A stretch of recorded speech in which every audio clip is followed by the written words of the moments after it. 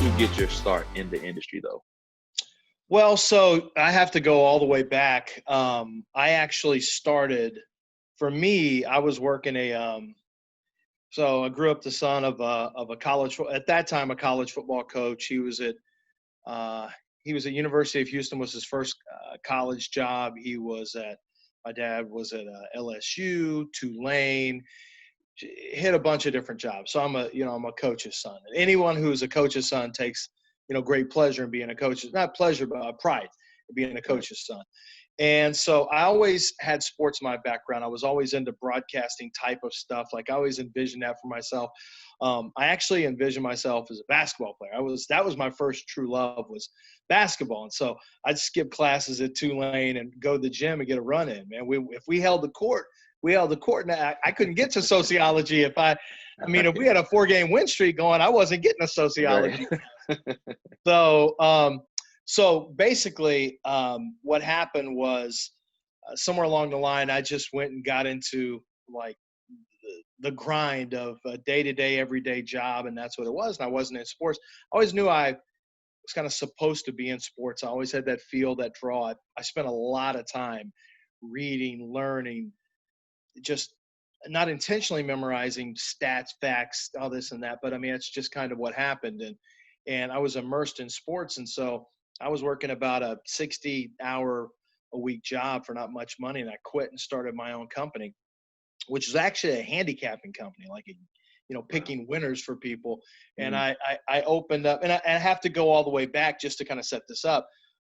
It's not the draft, but what it did was I knew that was my side door into the sports world. I knew how to pick winners because I used to hang out at in a pool hall sports bar in New Orleans, and I learned from handicappers how to handicap, kind of some seedy guys who taught me the mathematics of it all.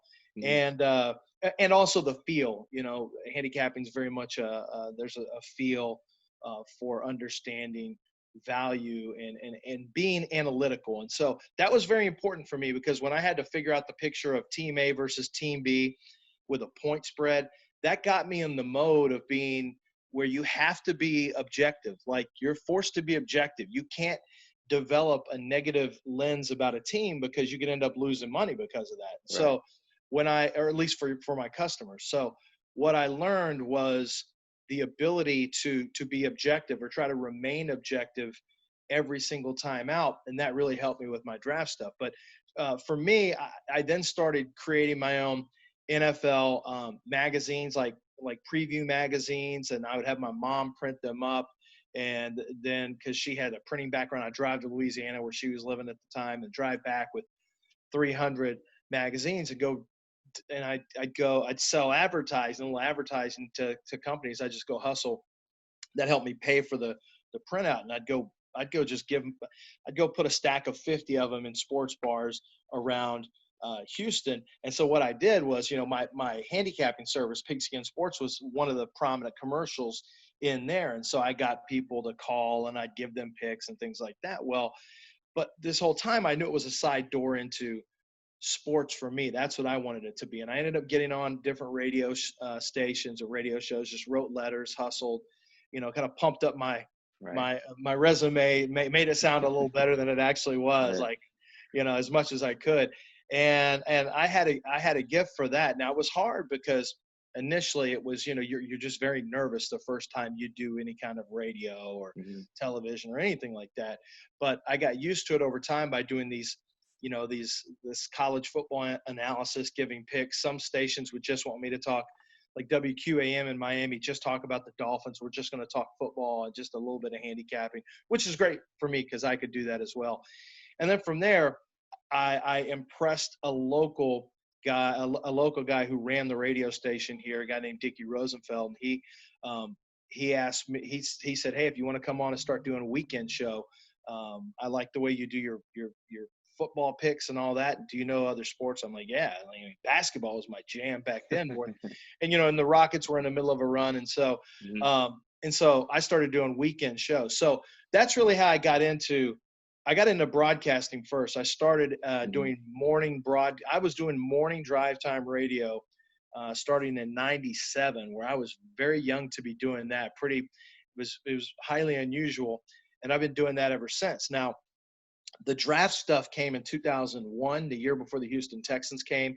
I mean, I already was into it anyway, but I really got into it in 2001, the year before the Texans were gonna be into existence. I'm doing radio. I got to go to the Senior Bowl for the first time in 2001 with Danny Arnold. And Danny is a local trainer in Houston, and I mean, he deserves a shout out because he's one of the OGs in terms of training guys for the combine.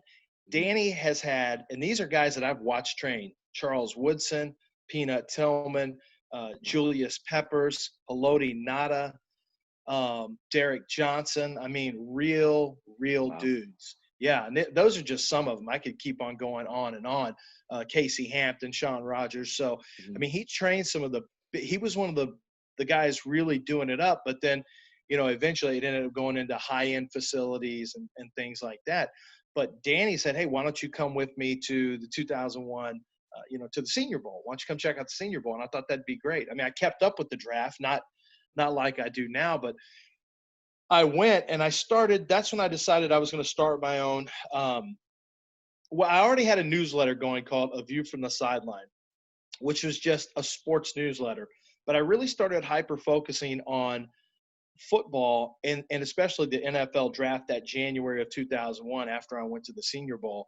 And it was unbelievable. The first guy I met there who was like me, just kind of a fan, who was a media member, who was also kind of a fan, and was Tony Pauline, as a matter of fact. And it was not like it is now. I mean, it's just football Mhm. people. And so for me, so here I am, a radio host. I'm doing a radio show from the bedroom of my hotel. I'm out at practices because I got a media pass, which back then they're like, yeah, if you want to come cover it, that's fine, I guess. And so I'm out there watching all this. I'm on the field. I'm taking notes with, I feel like a big shot. I'm taking notes, my draft notes with other, GMs and scouts Yeah. and things like that. And so, after that, I was really hooked. I started I created more of a focus on the draft in my sports newsletter, my football newsletter, and it really picked up. I mean, subscriptions, it was like 300, 700, 1,000, up to 3,500. This is just an email newsletter. And so every year after that, I really was digging into the draft more and more and more.